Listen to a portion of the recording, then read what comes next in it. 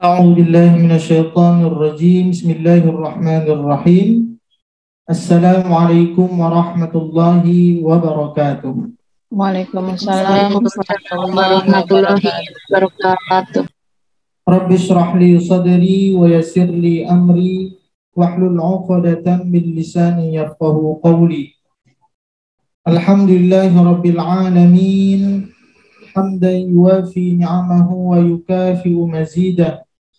Ya Rabbana lakal hamdu kama yanbaghi li jalali wajhikal karim wa 'azimi sultanik. Allahumma salli wa sallim ala sayyidina Muhammad wa ala ali Muhammad walhamdulillahi rabbil alamin. Sekarang kita membahas tentang makharijul huruf. Dalam bahasa Arab, pembahasan tentang huruf ini terbagi kepada 3 bagian. Ini belum pernah saya sampaikan juga di kelas Ahlul Quran. Insya Allah kita tambah lagi supaya nambah pengetahuan kita.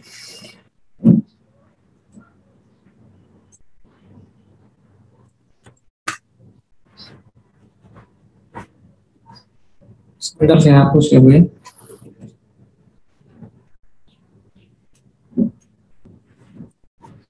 Ya.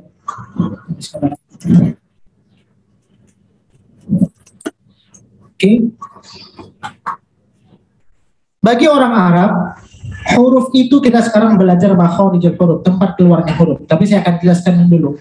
Dalam bahasa Arab, huruf itu terbagi kepada 3. Jadi huruf itu terbagi kepada 3. Huruf terbagi kepada 3. Yang pertama namanya ada huruf abjadiyah. Abjadiyah. Boleh mau pakai bahasa Indonesia, mau bahasa Arab boleh. Abjadiyah. Abjadiyah. Kemudian yang kedua namanya ada huruf hijaiyah. Hijaiyah.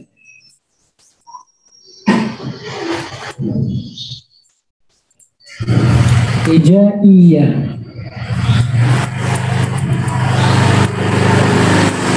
Hijaiyah. Baru yang ketiga namanya boleh dipakai bahasa Indonesia boleh. Lalu yang ketiga namanya huruf makharijiyah. Ini makharijiyah, huruf makharijiyah. Makharijiyah. Ya, jadi dalam bahasa Arab itu ada 3 yang berkaitan tentang huruf. Namanya ada huruf abjadiyah, ada hijaiyah, ada makharijiyah. Ini yang berkaitan dari segi huruf. Kita ingin jelaskan dulu secara sejarahnya. Kemudian untuk yang meneliti penyusunan huruf abjadiyah dan hijaiyah, ini namanya adalah Nasir bin Asim. Namanya adalah Nasir. Boleh ditulis Nasir bin Asim yang menyusun abjadiyah dan hijaiyah. Beliau wafat tahun 989 Hijriah wafatnya. Kemudian yang menyusun tentang huruf yang keluar dari tenggorokan, huruf yang keluar dari lidah, huruf yang keluar dari bibir, al-jaub, al-khayshum, itulah namanya Khalil bin Ahmad al-Farahidi. Untuk yang makharijiyah, Khalil, boleh ditulis saja ini karena cukup lah ya, boleh ibu tulis sendiri. Khalil bin Ahmad al-Farahidi, wafatnya tahun 150 Hijriah.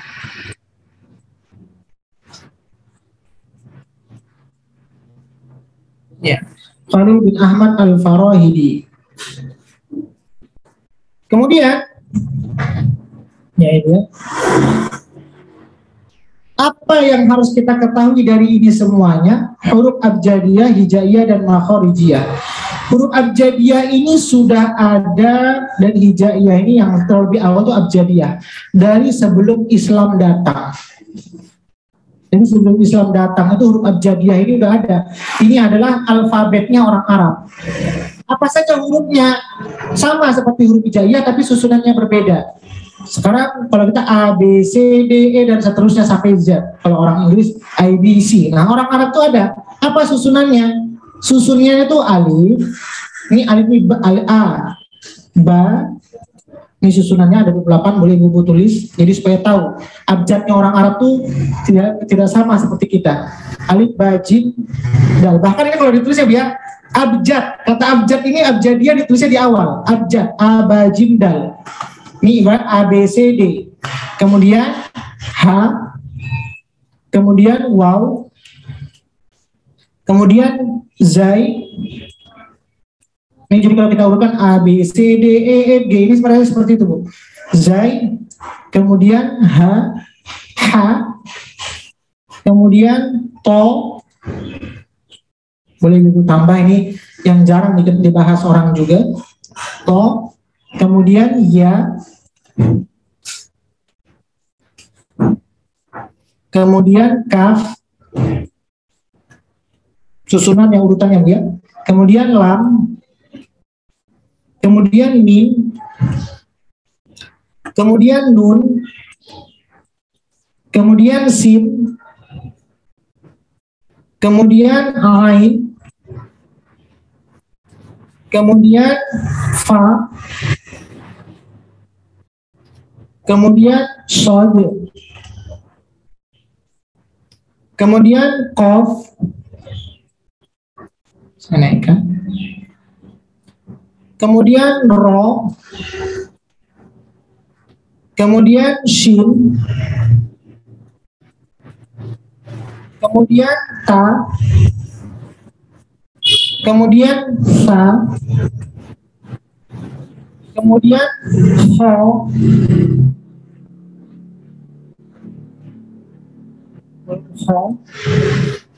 Kemudian zal.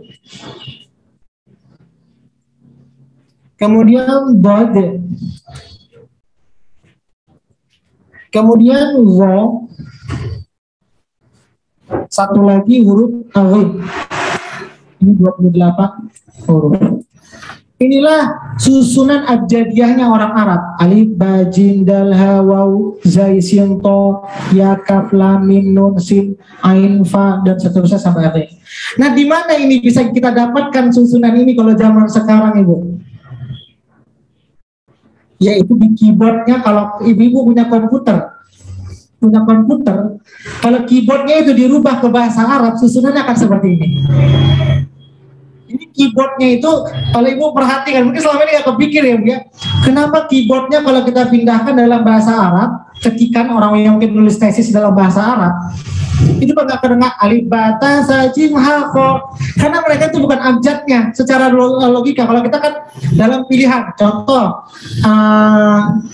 sederhana dia, sebutkan ada berapa huruf izhar. Kalau kita kan A ada 6, B ada 5, C ada 3, D ada 4. Mana yang benar jawabannya? A, 6. Kalau orang Arab tidak, sebutkan huruf izhar, alif 6, ba 5 adalah jim, itu jim itu maksudnya C, jim 4, dal itu maksudnya D. Oke, bisa dipahami Bu asal muasalnya. Jadi huruf-huruf susunan ini sudah ada sebelum Islam datang. Ini ABC-nya orang Arab. Inilah susunannya. Alif, ba, jim, dal, ha, waw, zai, sin, waw, zai, ha, to, ya, kaf, lam, mim, nun, sin, ain, fa, shod, qaf, ro, shin, ta, fa, kho, za, god, lo, awin. Ini susunannya dari A dengan sampai Z. Kalau ibarat kita. Dan itu yang menyusunnya ini adalah namanya Nasir bin Asim. Ini abjadiyahnya orang Arab sebelum datangnya Islam. Kemudian Islam datang. Mulailah Quran diturunkan ya Bu ya. Agar nampak beda mana cara orang Arab dahulu ABCD-nya, dengan cara mengejanya Quran, maka dibuatlah hijaiyah. Apa itu hijaiyah? Sudah jadi bahasa Indonesia. Huruf ejaan. Hijaiyah itu eja sebenarnya. Sebenarnya itu namanya dengan kata hijaiyah, ejaan. Alif bata, itulah sekarang alif bata sa jim ha kho dal zal dan seterusnya. Sudah nampak perbedaannya, Bu? Jadi semenjak Islam diturunkan, nggak pingin lagi memakai ejaan orang-orang sebelum Arab, ABC-nya orang Arab, maka dibuatlah huruf hejaan agar mudah membaca Quran, yaitu alif, ba, ta, sa, jim dan sampai ya. Itulah juga yang membuatnya juga menyusunnya adalah Nasir bin Asim. Oke, ini bedanya antara abjadiyah dengan hijaiyah. Sekarang kita karena berkaitan dengan makharijul huruf, bahasan kita sekarang, maka ketika itu setelah Quran diturunkan secara sempurna, jadi Quran itu diturunkan secara sempurna, kemudian nanti berkembang ditulis barisnya. Baru setelah itu Islam semakin meluas karena bukan orang Islam saja lagi yang belajar, bukan orang Arab saja lagi yang belajar Al-Quran. Itu dikatakan dalam bahasa Quran ajam. Kita ini orang ajam. Apa itu orang ajam? Bukan orang Arab asli, orang Indonesia, orang Malaysia, orang lain itu orang ajam. Kenapa? Karena mereka bukan orang Arab. Itu bahasa Quran itu ajam. Ajami, itu kita lah orangnya. Maka ketika itu Khalil bin Ahmad Al-Farahidi berpikir, ini aksennya bukan orang Arab, dialeknya bukan orang Arab lagi, Islam semakin meluas. Dia khawatirkan ketika mereka mengucapkan huruf itu tidak sempurna. Maka Khalil bin Ahmad Al-Farahidi memikirkan itu semuanya. Maka beliau tulis dalam kitab namanya Mu'jamul Ain. Kenapa huruf Ain? Karena huruf yang pertama beliau cek itu adalah huruf Ain. Kapan mulai beliau pikirkan?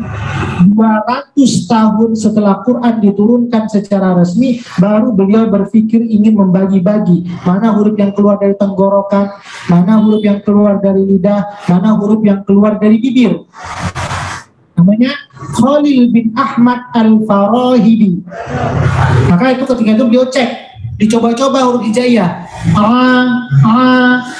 dirasakan, oh ini di tengah tenggorokan, apalagi di tengah, ba, oh nggak mungkin di tengah tenggorokan, karena bibirnya bertemu, ba ini huruf syafatain, dua bibir. Beliau kelas-kelaskan semuanya, beliau bagi-bagi, sampai beratus-ratus kali beliau mencoba seperti itu, sampai semua dapat terbagi, mana al-jawf, mana al-halqu, mana al-lisan, mana al-syafatain, mana al-khayshum.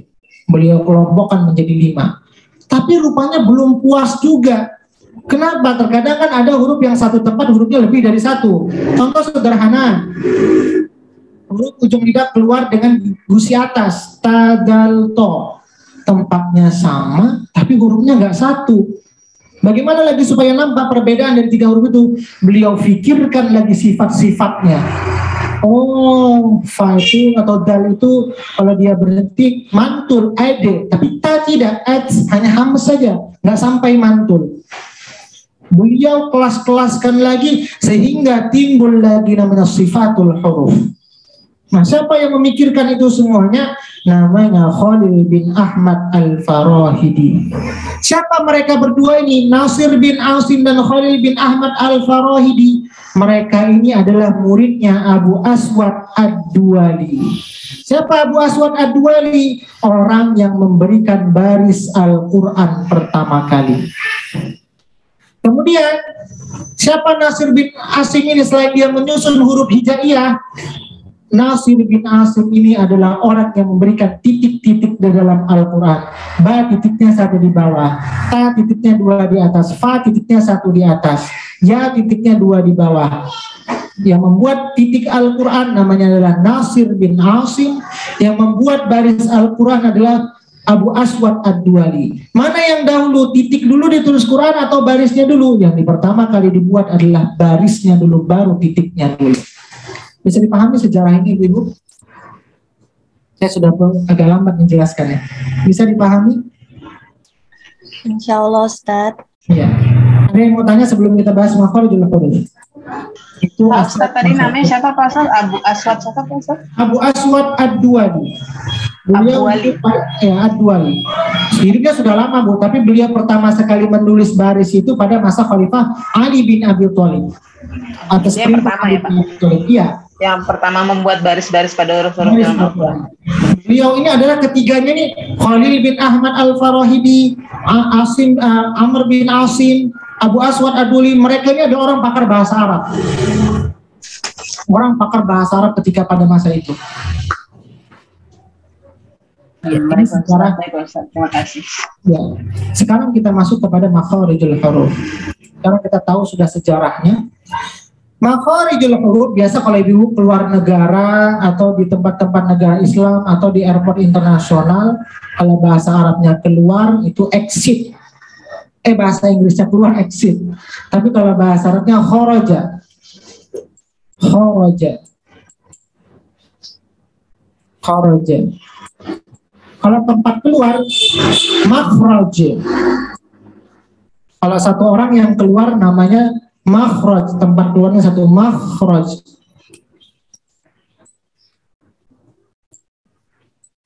Makhraj. Ini kalau satu orang yang keluar, makhraj. Tapi kan huruf hijaiyah nggak satu ya Bu ya. Ada 28 atau 29 atau 30 makhraj. Maka dijamakkan. Apa jamaknya? Makharij. Itu jamaknya makharij. Makharij. Makharij. Kemudian kalau bahasa Arabnya satu huruf, huruf. Kalau banyak huruf apa? Huruf. Maka makharijul huruf. Itu dari segi penamaannya. Dari segi penamaan makharijul huruf, yang keluar tuh banyak hurufnya, dan hurufnya juga banyak, maka dia dijamakkan keduanya. Makhraj secara bahasa artinya tempat keluar, dan secara istilah adalah tempat keluarnya huruf dan pembeda antara satu huruf dengan huruf yang lainnya. Inilah tadi tugas Khalil bin Ahmad Al-Farahidi. Kenapa beliau membuat ini? Agar nampak perbedaan dari setiap huruf. Mana yang keluar dari tenggorokan, mana keluar dari lidah, mana keluar dari bibir. Sehingga dikelompokkan oleh Khalil bin Ahmad Al-Farahidi. Ada berapa? Yaitu ada 5. Yang pertama al-jawf, yang kedua al-halqu, yang ketiga al-lisan, yang keempat asy-syafatain, yang kelima al-khayshu. Untuk al-jawf, jadi yang membahas perkara huruf itu lebih fokus nomor 2 sampai nomor 4 saja. Nomor 2, nomor 3, nomor 4. Untuk yang nomor 1 dengan nomor 5, ini lebih kepada cara membaca. Kalau yang nomor 1 itu lebih kepada cara membaca mad. Kita sudah belajar mad tadi. Bagaimana mad itu mulut kita dalam posisi mengucapkan mad. Untuk yang tenggorokan, huruf yang keluar dari tenggorokan ada 2 tempat, 6 huruf. Maaf, bukan 2 tempat, 3 tempat 6 huruf. 3 tempat 6 huruf. Huruf yang keluar dari lidah ada 10 tempat, 18 huruf.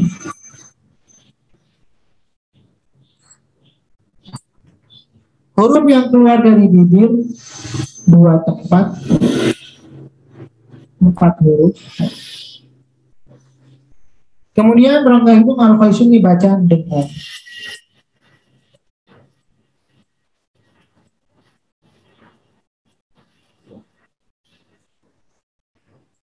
Dengung.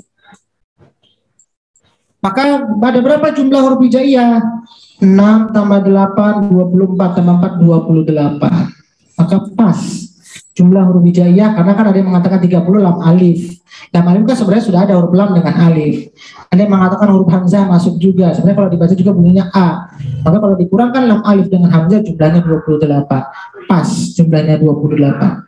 Maka para ulama mengatakan kalau seandainya seorang dalam membaca Quran bisa menjaga madnya, yang panjang tetap dibaca panjang, jangan sampai membacanya pendek, pengucapan hurufnya benar, yang dengung juga dibaca dengung, jangan dibaca tidak dengung, karena di Quran itu paling banyak ditemukan panjang dan dengung. Maka kalau bisa kita menjaga dalam membaca Quran, dengungnya terjaga, hurufnya benar, dengungnya terjaga, maka paling tidak 75% sudah menguasai baca Quran dengan baik dan benar. Ya. Kemudian ini pembahasan secara keseluruhan. Sekarang kita bahas al-jawf. Apa itu al-jawf? Al-jawf adalah huruf yang keluar dari rongga kerongkongan hingga kerongga mulut. Hurufnya adalah A, ini huruf mad. Huruf mad alif, waw, ya. Jadi ini sebenarnya lebih mempraktikkan bagaimana cara mempraktikkan mad. Cara membaca mad itu adalah al-jawf. Dari rongga kerongkongan kerongga mulut harus terbuka. Jadi kalau kita lagi membaca mad, jangan seperti orang ngantuk, seperti orang malas. Buka mulutnya malas. Harus terbuka rongga dan mulutnya.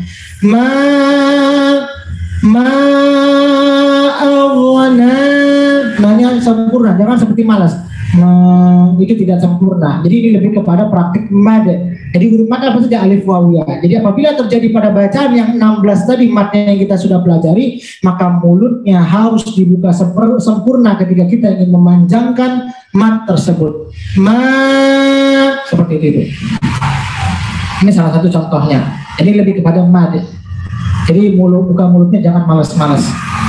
Kemudian yang kedua, al-halqu, huruf yang keluar dari tenggorokan. Ini sama seperti huruf izhar. Maka kita dalam menyebutkan izhar boleh menyebutnya dengan izhar saja atau dengan izhar halqi. Kenapa kita menyebutnya izhar halqi? Karena hurufnya sama seperti huruf yang keluar dari tenggorokan. Kalau ini diibaratkan leher, ibarat leher, maka kita bagi menjadi 3. Yang pertama, tenggorokan yang paling bawah itu adalah huruf H dengan hamzah. Tenggorokan yang tengah H dengan ain. Tenggorokan yang atas Kha dengan awin. Ini gambarannya. Jadi ibaratnya sudah dicatat H dengan hamzah, H dengan ain, Kha dengan awin. Jadi ibaratnya mana saya keluarkan dulu. Kalau ibarat tangan saya ini,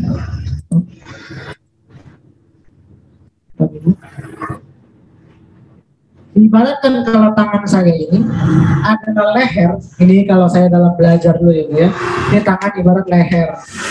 Kemudian dipotong menjadi 3, tenggorokan tengah, tenggorokan bawah, tenggorokan tengah, tenggorokan atas. Baru ini ibarat lidah. Maka dibagi. Tenggorokan yang paling bawah di sini adalah huruf H. Kalau kita dulu malah dicoret ya cara ngafalnya pakai pulpen. H dengan hamzah. Kemudian H dengan A. Kha dengan awin. Jadi tenggorokan yang paling bawah itu adalah huruf H dengan hamzah. Tenggorokan yang tengah H dengan ain. Tenggorokan atas Kha dengan awin. Oh, tetap nampak kalau saya pakai tangan ya. Itu huruf yang keluar dari tenggorokan. Sekarang kita pindah ke lidah. Huruf yang keluar dari lidah ada 10 tempat, 18 huruf. Ini huruf-hurufnya, cara penjabar. Pangkal lidah qaf, antara pangkal dengan tengah, tengah kaf, tengah lidah jim, shin, ya. Kita langsung praktek ke gambarnya saja. Ibarat ini gambar lidah manusia. Yang lidah manusia itu semakin ujung semakin mengecil, lengkung.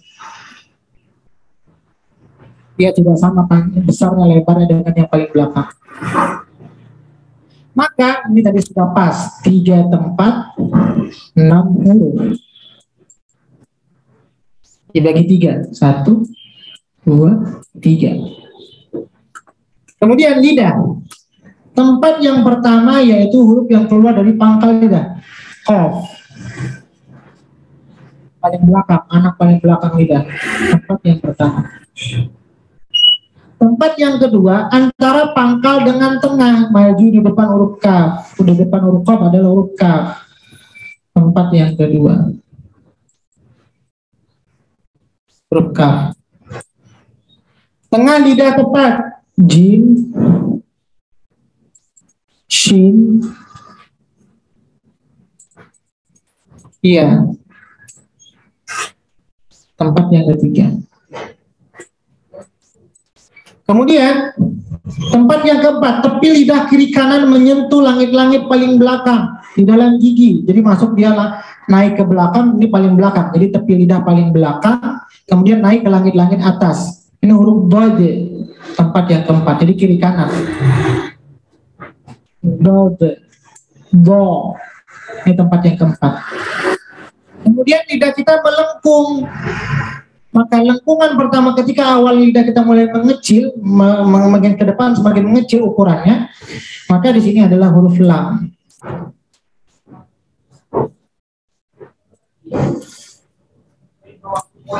Kemudian lengkungan kedua antara lengkungan awal dengan ujung lidah itu huruf nun. Jadi sudah lam tempat yang kelima. Nun tempat yang keenam. Ujung lidah tepat itu adalah huruf ro. Tempat yang ketujuh. Kemudian tempat yang kedelapan. Tadi kan sudah ujung lidah. Sekarang naik. Ujung lidah dengan gusi atas. Hurufnya adalah, ya seperti saya tulis. Ujung lidah dengan gusi atas. Ta, dal, to. Ujung lidah dengan gusi atas, ta, dal, to. Lawannya gusi bawah. Ta, dal, to. Lawannya gusi bawah di tempat yang ke-8. Tempat yang ke-9 gusi bawah. Zai, sin, sode. Tempat yang ke-9. Tempat yang ke-10, tadi gusi atas, gusi bawah. Sekarang ujung lidah dengan gigi atas. Sebenarnya dia 2 gigi, tapi tekanannya lebih kuat kepada gigi atas. Hurufnya ada ta, ta, la, ro. Jadi tempat yang ke-10. Jadi kalau dijumlahkan ini ibu-ibu semuanya, tempat yang ke-10. Tempat yang ke-10. Kalau ditotalkan dari huruf yang ini semuanya ada 18 huruf, 10 tempat. Tempat yang pertama adalah qaf, pangkal lidah, antara pangkal dengan tengah lidah kaf, tengah lidah tepat jim shin ya. Kemudian tepi lidah paling belakang kiri kanan huruf dad, lengkungan awal lidah huruf lam, antara lengkungan awal dengan ujung lidah huruf nun, ujung lidah tepat itu huruf ra, ujung lidah dengan gusi atas ta, dal, to, ujung lidah dengan gusi bawah zai, sin, sod, ujung lidah dengan gigi atas ta, za, zo. Ini huruf yang keluar dari lidah. Kemudian sampai lidah dulu. Ada yang mau tanya ini? Aduh, tahu terlalu banyak ini dulu. Sampai lidah dulu. Penjelasan makharijul huruf sampai lidah ini mana yang masih membingungkan?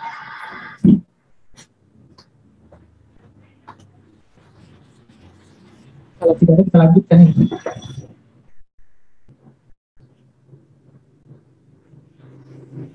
Sepertinya tidak ada, Ustadz. Ya, alhamdulillah. Kita lanjutkan, pindah ke bibir. Bibir tadi ada 2 tempat 4 huruf. Nah, di mana tadi lidah kita terakhir kali bersentuhan? Ujung lidah gigi atas. Sekarang kita sudah keluar dari lidah. Tapi tadi masih ada gigi, karena huruf tempat yang terakhir keluar tadi adalah ujung lidah gigi atas. Huruf tazawwo. Karena kita sudah tidak membahas lagi huruf lidah, maka lidahnya kita tinggalkan, giginya masih terpakai. Maka sekarang gigi atas tadi untuk lidah ada 2 tempat. 2 tempat 4 huruf. Maka giginya masih kita pakai. Gigi atas dengan perut bibir bawah. Nah, baru berkaitan dengan bibir. Jadi giginya menyentuh bibir. Jadi huruf itu berjalan ya. meninggalkan satu persatu pada tempatnya sehingga maju terus. Nah, gigi atas dengan perut bibir bawah itu huruf fa. Fa, jadi fa itu bukan bertemunya dua bibir, tidak pa, tapi gigi atas dengan perut bibir bawah paling dalam. Fa, fa. Baru tempat yang kedua bertemunya dua bibir. Ba, mim, waw. Inilah tempat keluarnya huruf hijaiyah dari tenggorokan, lidah, sampai bibir. Inilah yang diteliti oleh Khalil bin Ahmad Al-Farahidi. Beliau yang menentukan tempat-tempat ini namanya hurufun makharijiyah. Huruf yang susunannya secara tempat keluar. Seperti itu. Kemudian, berarti kita sudah bahas al-jawf sudah tadi berkaitan dengan mat. Tenggorokan sudah terbagi kepada tenggorokan bawah ha dengan hamzah, tenggorokan tengah ha dengan ain, tenggorokan paling atas kha dengan al-ghain.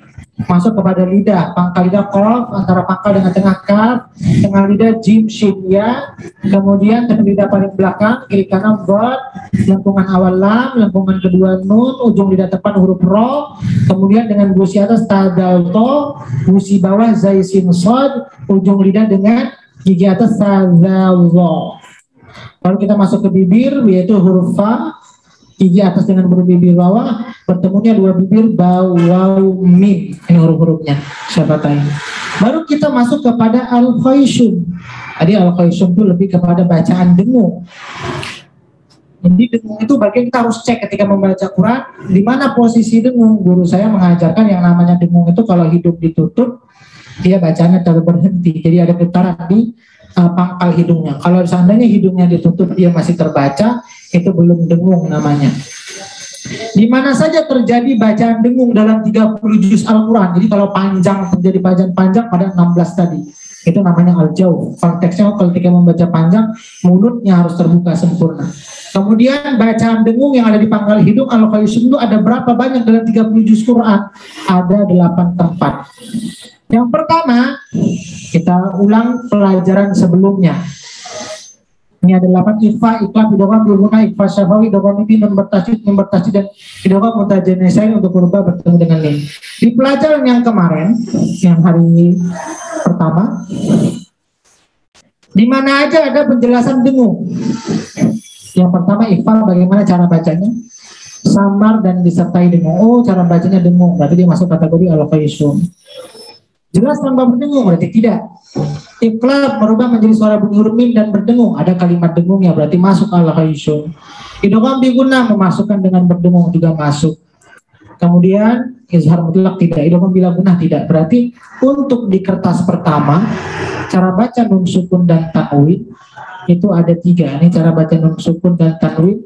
Mana yang masuk kategori bacaan al-khayshum itu ada 3 tempat, yaitu ikhfa, iqlab, dan idgham bigunnah. Jadi inilah yang bacaan ketika mendengungkan harus berada di pangkal hidung. Kemudian kita masuk kertas kedua yang kemarin kita pelajari. Untuk cara membaca mim sukun ketika bertemu dengan huruf hijaiyah, mana saja ada yang dibaca dengung, yaitu ikhfa syafawi, mim bertemu dengan ba, cara membaca samar di bibir dengan disertai dengung. Idgham mimi memasukkan ke huruf mim berikutnya dengan disertai dengung, berarti sama-sama berdengung, disertai dengung. Kemudian idgham mimi juga dimasukkan ke huruf mim dengan kalimat dengung. Izhar syafawi dia tidak berdengung, maka untuk di kertas kedua dia hanya ada ikhfa syafawi dan idgham mimi. Ini cara membaca mim berbaris sukun. Kemudian di mana lagi ada penjelasan dengung? Kita kemarin belajar nun dan mim bertasydid gunnah musyaddadah. Itu apa gunnah musyaddadah? Yaitu apabila ada nun bertasydid dan mim bertasydid, cara membacanya juga berdengung. Berarti dia masuk kategori di sini nun dan mim bertasydid adalah wajibul gunnah. Atau gunnah musyaddadah. Wajibul gunnah. Ini wajibul gunnah. Kemudian idgham mutajanisain untuk huruf ba yang bertemu dengan mim. Ini belum kita pelajari, tapi insya Allah nanti akan sampai untuk di idgham mutajanisain untuk ba bertemu dengan mim. Ini dalam 30 juz Al-Quran Yang hanya ada bacaan dengung itu hanya 8 tempat ini saja. Kalau 8 tempat ini kita kuasai dengan baik dan benar, insya Allah memudahkan kita untuk membaca dengung secara baik dan benar. Maka ibu semuanya, tadi untuk mat belum kita baca di bawahnya. Andai bunga yang bermekaran itu indah, Al-Quran lebih indah dari itu. Andai kesaduan alunan lagu alam itu indah, maka Al-Quran lebih indah dari itu. Bagaimana tidak, semesta raya terdiam khusyuk, air berhenti mengalir dan angin enggan berhembus karena semuanya terpesona mendengarkan firman Allah yang sedang dilantunkan oleh Nabi Daud alaihissalam. Apalagi mendengarkan Al-Quran yang jutaan lebih kali lebih indah dari Zabur. Seandainya Allah Subhanahu wa Ta'ala membiarkan alam semesta dan seisinya mendengarkan Al-Quran sebagaimana yang terjadi pada kitab Zabur, niscaya alam akan berhenti beroperasi karena terkesima akan keindahan Al-Quran. Jika ada orang yang mempunyai semangat untuk mempelajari dan mendalami Al-Quran, dia sebenarnya sedang merespon ajakan halus malaikat melalui lubuk hatinya yang terdalam. Jika dia lanjutkan, dia termasuk ke dalam kelompok yang disebutkan Nabi. Jika Allah menghendaki kebaikan kepada seseorang, Allah akan menjadikan seperti mengerti tentang ajaran agama. Al-Quran adalah sumber utama ajaran Islam. Usahakan agar semangat untuk mempelajari Al-Quran tidak pernah padam. Kemudian, belajar Al-Quran bukan untuk diburu-buru dan bukan juga untuk ditunda-tunda, akan tetapi untuk kita nikmati. Maka daripada itu, belajar Al-Quran juga bukan hanya untuk yang muda dan bukan juga untuk yang tua, akan tetapi untuk setiap hamba yang mengharap pertemuan dengan Allah dalam keadaan terbaiknya. Maka ketahuilah, seorang anak kecil yang baik dan bagus bahkan hafal Al-Quran itu bukan untuk masanya, tetapi untuk kemuliaan masa tuanya.